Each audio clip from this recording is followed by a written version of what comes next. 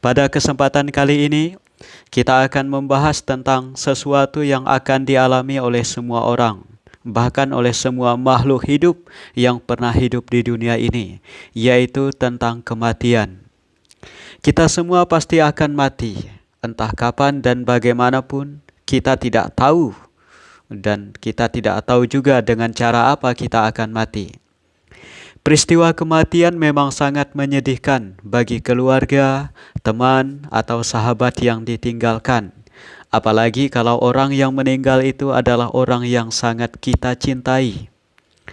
Karena setelah kematian, kita tidak bisa melihat atau bertemu dengan orang yang pernah meninggal, yang dulu pernah hidup bersama dengan kita. Pada kesempatan ini saya ingin mengajak kita semua untuk melihat apa itu kematian dari iman agama Katolik. Maka saudara-saudari yang terkasih, jangan heran kalau ini mungkin akan berbeda dengan pandangan dari agama lain maupun dari adat lain tentang kematian. Inilah kematian menurut agama Katolik. 1. Kematian adalah akibat dosa.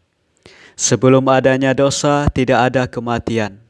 Ketika dosa masuk ke dunia, yakni melalui ketidaktaatan Adam dan Hawa, tubuh manusia yang fana ini berpotensi untuk melakukan dosa karena telah berdosa yang kita sebut dengan dosa asal. Dosa adalah cemar, najis di hadapan Tuhan. Maka tidak mungkin orang berdosa bisa hidup bersama dengan Allah yang Maha Kudus. Ketika orang berbuat dosa, sejak itu juga ia menolak Allah dan memilih kematian. Akibat dosa adalah maut atau kematian. Tetapi bagi orang yang percaya kepada Kristus dan memiliki roh Kristus, tubuhnya memang akan mati, tetapi jiwanya akan hidup. Kematian yang kedua adalah musuh terakhir yang harus dikalahkan. Kematian merupakan suatu peristiwa yang sangat menyedihkan, apalagi jika menimpa seseorang yang sangat kita cintai. Tak ada penderitaan yang lebih besar daripada penderitaan ketika kita merasa ditinggalkan atau kehilangan seseorang. Demikian juga penderitaan yang dialami Bunda Maria mencapai puncaknya ketika sang anak yang terkasih tak berdaya di kayu salib dan meninggal di sana. Apalagi ketika dia memangku jenazah putranya. Namun, seperti suatu benih tak akan menghasilkan buah banyak jika ia tidak mati lebih dahulu. Demikianlah kematian Kristus menghasilkan buah yang tak terkatakan bagi keselamatan umat manusia melalui kebangkitannya dari orang mati. Ketiga, kematian adalah akhir hidup di dunia ini. Kematian merupakan titik akhir dari perjalanan hidup manusia di dunia ini. Kehidupan terakhir ini tidak ditentukan oleh seberapa besar jasa dan perbuatan kita selama di dunia, tetapi seberapa besar kita melaksanakan hukum cinta kasih yang merupakan hukum yang utama. Santo Yohanes Salib mengatakan, pada senja hidup kita akan diadili dengan cinta kasih. Karena itu, apabila jalan hidup kita sudah berakhir, kita tidak akan kembali lagi untuk hidup beberapa waktu lagi di dunia ini. Manusia ditetapkan untuk hidup dan mati hanya satu kali, dan sesudah itu ia dihakimi. Ibrani bab 9 ayat 27. Setelah kematian tidak ada reinkarnasi. Kematian adalah pintu gerbang kehidupan kekal. Saudara-saudara yang terkasih, bagi orang beriman, kematian adalah hal yang membahagiakan. Karena itu adalah pintu gerbang untuk masuk ke kehidupan yang kekal.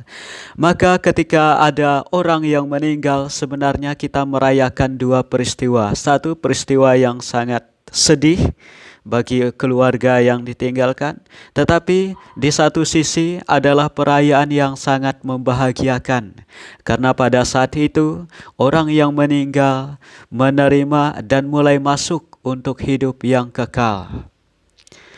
Yesus mendahului kita dari dunia ini untuk menyediakan tempat bagi kita semua, bagi saya, bagi Bapak Ibu, dan siapapun itu yang percaya kepada Tuhan.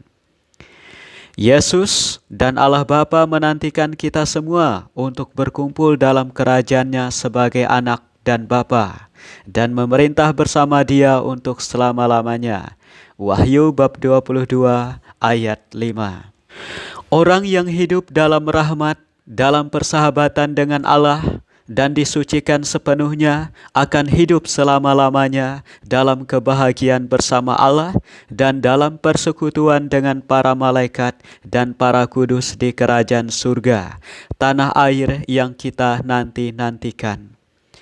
Kita dan mereka yang pernah meninggal dalam rahmat akan memandang Dia dalam keadaan yang sebenarnya. Saat itu iman akan lenyap dan pengharapan tidak ada lagi. Mengapa? Karena apa yang merupakan gambaran yang samar-samar yang kita imani di dunia ini telah menjadi nyata, dan apa yang tidak pernah kita lihat akan menjadi tampak dengan jelas. Pengharapan kita kepada Allah akan janji-janjinya melalui wahyu-Nya telah digenapi, yaitu kebahagiaan kekal bagi semua orang beriman. Pada waktu itu, yang tinggal hanyalah kasih. Kasihlah yang menyatukan kita dengan tujuan akhir hidup kita, yaitu Sang Kasih sendiri, yakni Allah. Saudara-saudari yang terkasih, selanjutnya saya akan membahas tentang mengapa kita perlu mendoakan orang mati. Maka silahkan dan tunggu video saya selanjutnya. Terima kasih, salam sehat bagi kita semua, Tuhan memberkati.